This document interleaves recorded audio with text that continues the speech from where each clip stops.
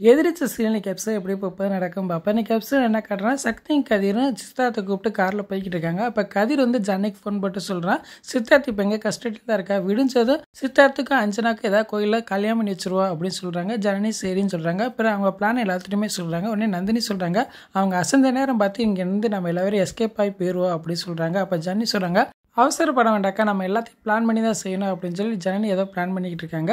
அதுக்கப்புறம் பார்த்தா ஈஸ்வர் எது யோசனையில் உட்காந்துருக்காங்க. அப்போ குணசேகரன் ஏதோ கேட்குறேன். அப்போ வந்து ஈஸ்வர் எதுவும் பதில் சொல்லாமல் இருக்காங்க.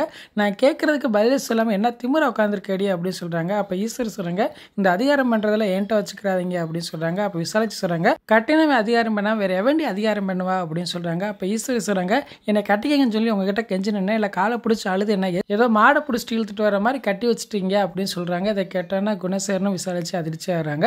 இன்றைக்கான எபிசோட் இப்படி தான் போகுது. ஃபுல் வீடியோ பார்த்துட்டு பேசுவோம். இந்த வீடியோ பிடிச்சா முடிக்கு லைக் கொடுத்துட்டு மறக்காமல் சப்ஸ்கிரைப் பண்ணுங்கள். தேங்க்யூ.